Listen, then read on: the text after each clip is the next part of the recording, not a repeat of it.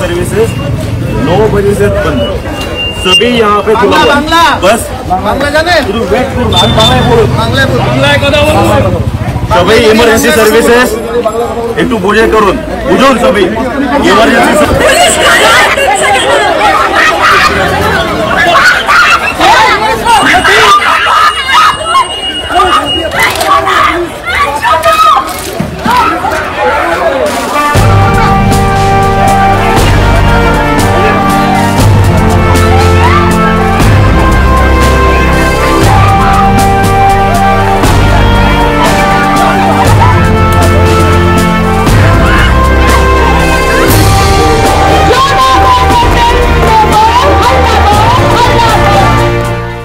তখন মধ্যরাত আরজিকর আন্দোলনের প্রতিবাদে সোচ্চার গোটা শহর। এ সময় বারাসাত কলোনি মোড়ে হঠাৎ অতি সক্রিয় পুলিশ আন্দোলন দমনে নেমে এলো। পুলিশে অত্যাচার, টেনে হিঁচড়ে সরানো হলো মহিলা থেকে শিশু সকলকে। গ্রেফতার হলেন 18 জন। একটু বোঝে করুন বুঝুন সবই ইমার্জেন্সি সার্ভিসেস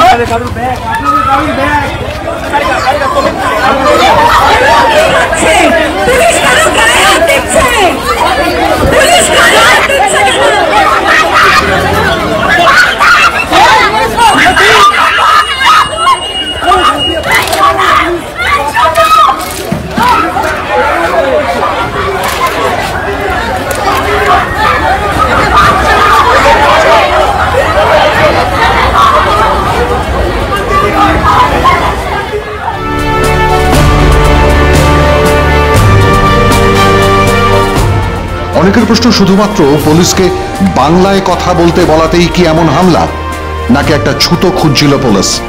রুলবুক অনুযায়ী এসডিপিওর তো এমন পরিস্থিতিতে বাংলা ভাষাতেই কথা বলা উচিত ছিল বাংলায় চাকরি করতে এসে। তাহলে কোন যুক্তিতে প্রশাসনের এমন আয়োজন? তাহলে কি গণবিদ্রোহের সামনে কার্যত দিশেহারা হয়ে পড়েছে নবান্নের বাহিনী?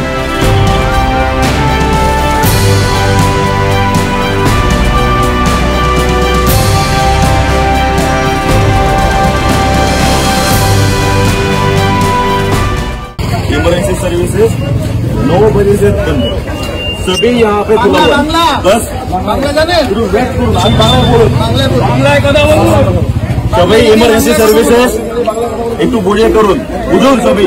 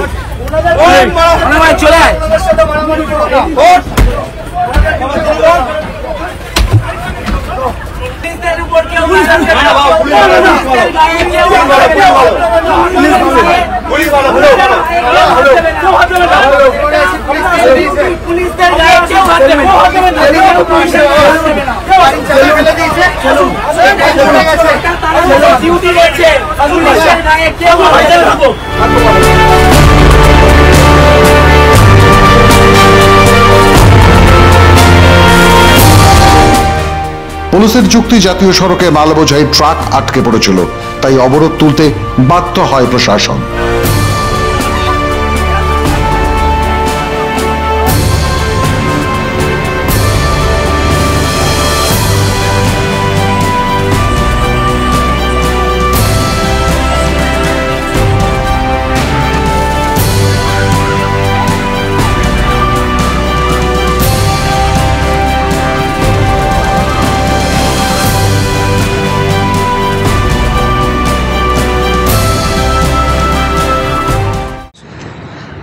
কালকে রাত্রিকে বারাসাতে অনেক রাত দখল প্রোগ্রামগুলো ছিল, ডাক বাংলো এবং কলোনি মোড়, চাপাডালি। আর আমাদের এখানে অর্গানাইজার্স যারা এসেছিলেন ওরা প্রায়ার ইন্টিমেশনও দিয়েছিলেন বারাসাত থানাকে কি ওরা 10টা থেকে 12টার মধ্যে প্রোগ্রামটা করবেন। অ্যাকর্ডিংলি আমরা ট্রাফিক অ্যারেঞ্জমেন্টটাও করে রেখেছিলাম।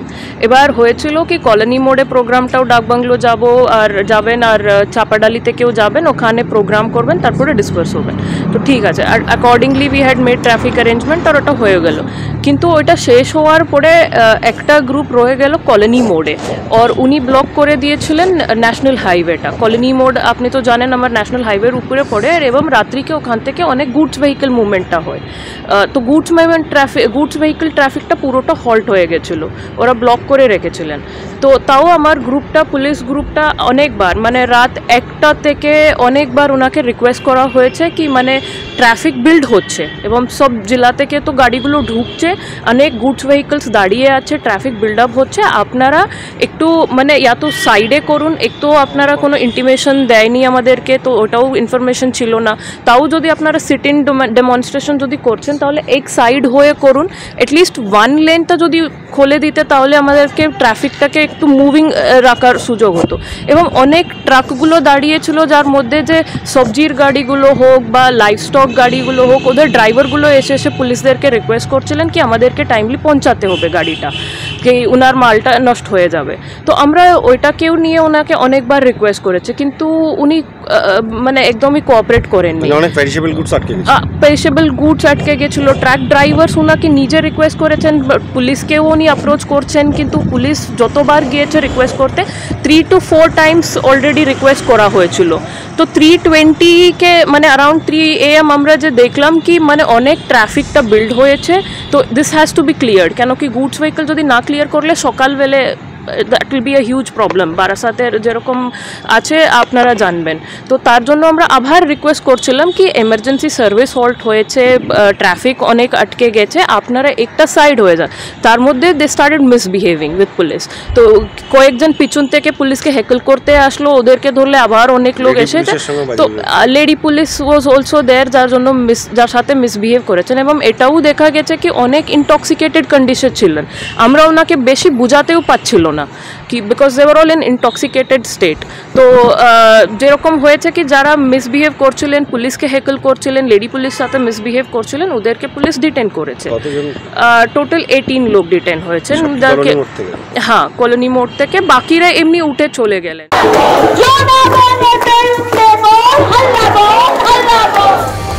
কিন্তু পরিস্থিতি তো সর্বত্র একই রকম। আরজিকর কাণ্ড রাজ্যের নারী পুরুষকে এমনভাবে নাড়িয়ে দিয়েছে যে জনজাগরণ ঘটেছে। সব বয়সের ছেলে মেয়ে এমনকি বৃদ্ধ বৃদ্ধারাও আজ রাস্তায়। বদল চাইছেন সবাই, পরিস্থিতির বদল।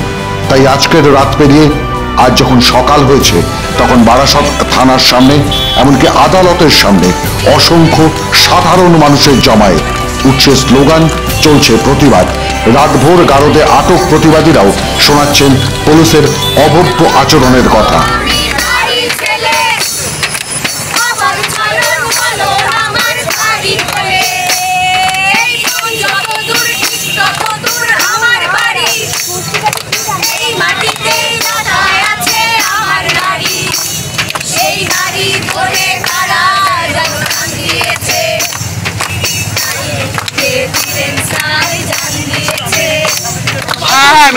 মেরে গাড়িটা তুলেছে। এখানে আসার পরে মারধর করে, কিন্তু ওই সময় আমাদেরকে এক একজনকে টেনে হিচড়ে গাড়িতে তুলেছে।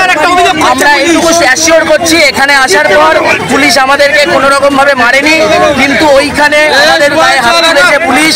এবং এইখানে আসার পর আমাদের ফেসবুকের যত যা ভিডিও ছিল সমস্ত কিছু আমাদেরকে দিয়ে ডিলিট করিয়েছে। হিন্দি বলা থেকে বাংলা বলাটাই কি অপরাধ জানি না।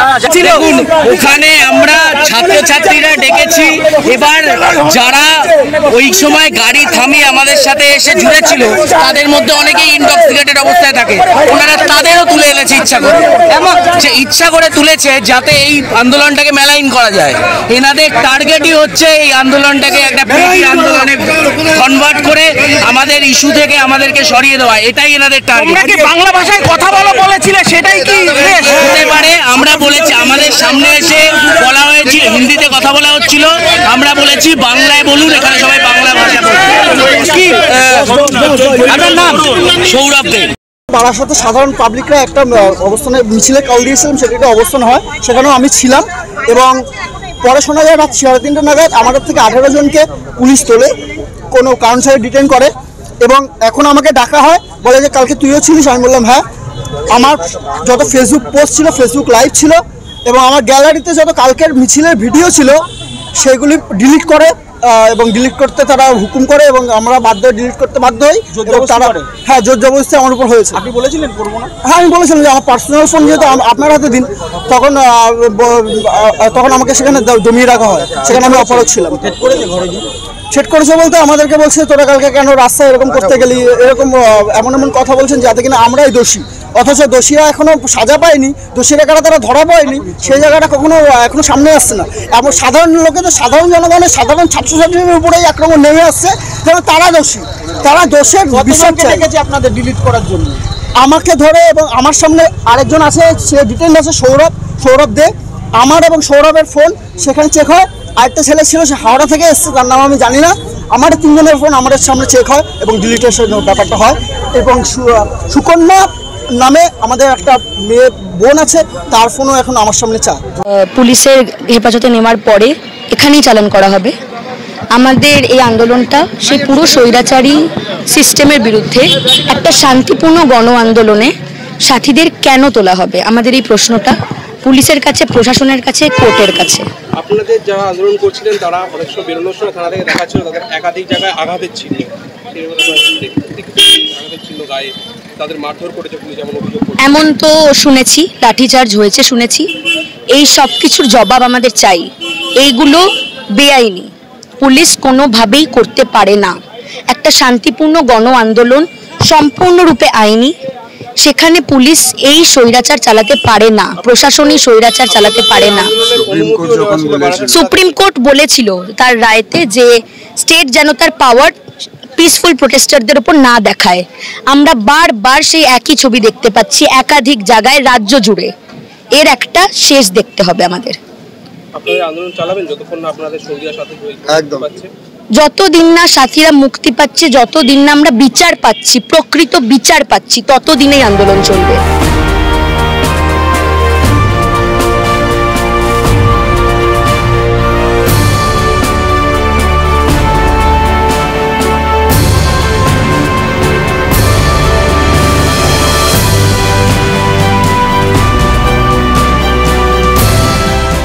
ছেলেদের সঙ্গে আটক করা হয়েছিল মেয়েদেরও।